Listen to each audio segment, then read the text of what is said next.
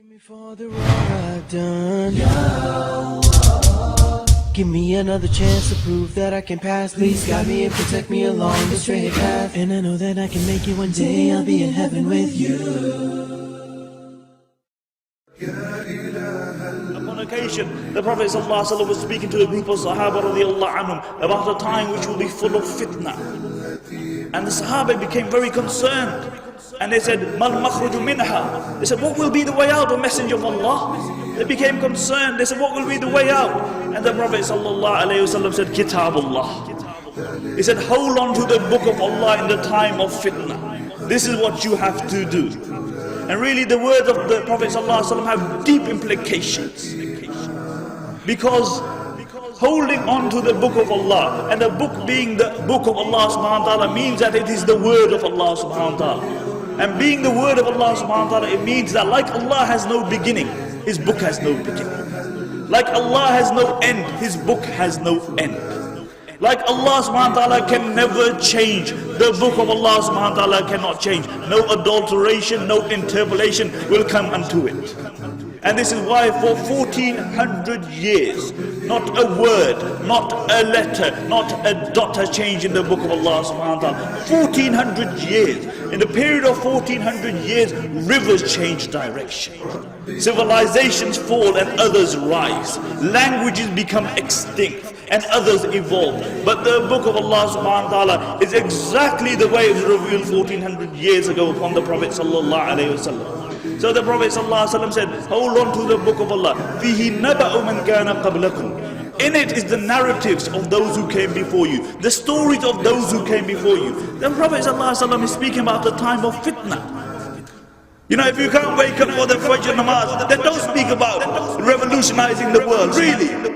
Because the help of Allah subhanahu wa ta'ala going to descend upon a group of people. Out of the 7 people who will be under the shade of Allah subhanahu wa ta'ala on the day of judgment, will be that young man, nasha'a fi ibadatillah, who grew up in the worship of Allah subhanahu wa ta'ala. He will be under the shade of Allah subhanahu wa ta'ala. In the time of Umar ibn Khattab radiallahu anhu, there was a young child, and Umar radiallahu anhu loved this child's worship. He would be amazed by this child's worship. And this young man, he had an old father. And after Isha, he would go home and he would attend to his father. On his way, there was a woman who was infatuated by this child. Every day when this young man would go past, she would try to seduce him. And every day he would read A'udhu Billahi Minash Shaitanir Rajeem, and he would walk past. And one day she tried very hard, and she managed. And he began to follow her. And when he was about to enter the house, the ayah came upon his tongue. إِنَّ الَّذِينَ اتَّقَوْا إِذَا مَصَّهُمْ طَائِفٌ مِّنَ الشَّيْطَانِ تَذَكَّرُوا فَإِذَا هُمْ مُبْصِرُونَ. He said, those who fear Allah and have taqwa, when shaitan tries to lure them, and shaitan comes with his plans and his plots, تَذَكَّرُوا, they remember Allah, they remember the hereafter, they remember the reward. فَإِذَا هُمْ مُبْصِرُونَ, and then they see aright. He began to recite this ayah and he became unconscious. And the woman tried to bring him around and she couldn't. And then she called a slave girl and they dragged him to his house. And when his father opened the door, he saw his child unconscious, and he brought him inside and he managed to bring him around. And he asked him, what happened to my son? And he said, nothing, my father. He asked him, oh my son, what happened?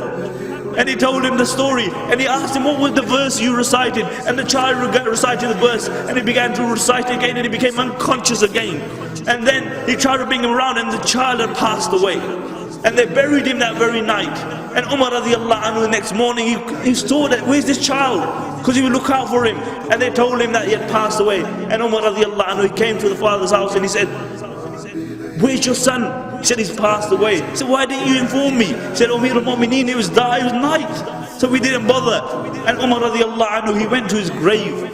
And he recited the ayah, وَلِمَنْ خَافَ مَقَامَ رَبِّهِ جَنَّتَانِ. He said, Umar radiallahu anhu said, that person who fears standing in front of his Lord, Allah will give him 2 Jannahs.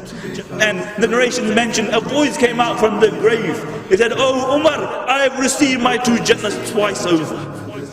I have received my 2 Jannahs twice over.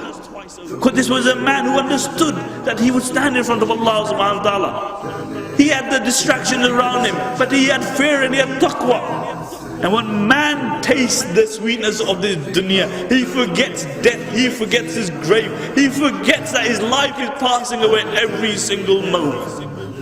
The only time you can really have contentment is when you recognize your creator. The Prophet ﷺ said, hold on to the book of Allah.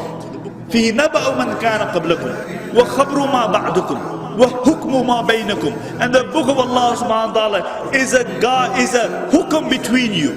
It is a thing which passes verdict between you.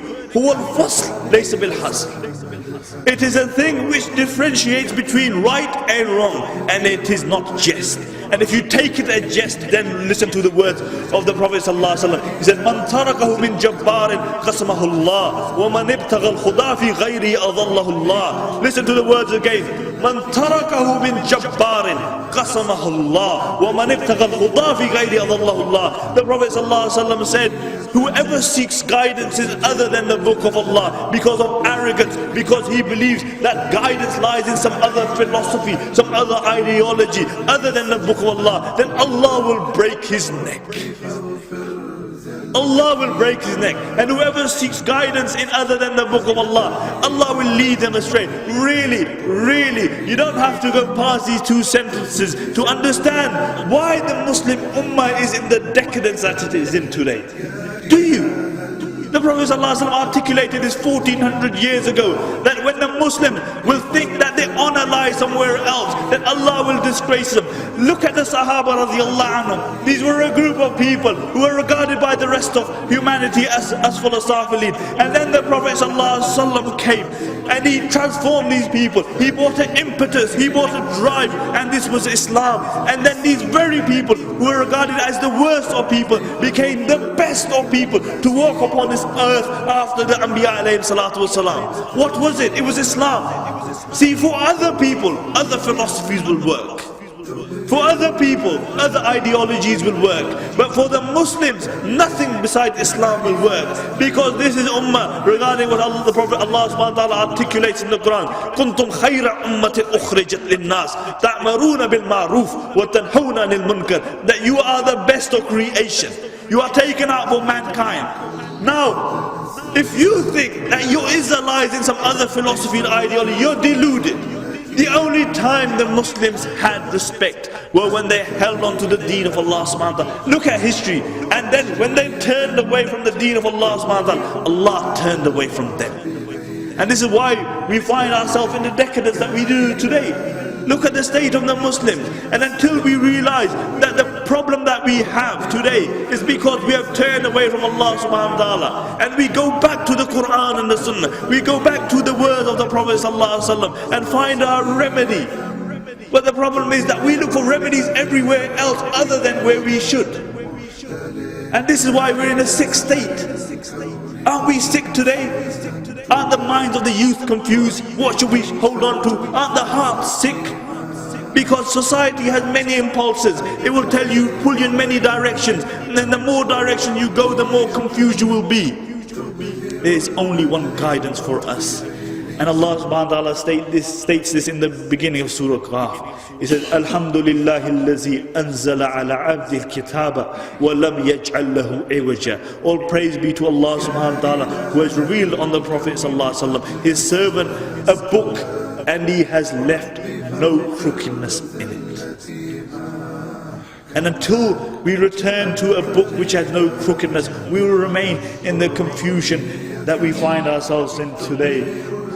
And if there's any person who should understand, it's us. Because we are the ummatis of who rahmatan lil alameen. We are the ummatis of a man sallallahu alayhi wa sallam, after who no other prophet will come.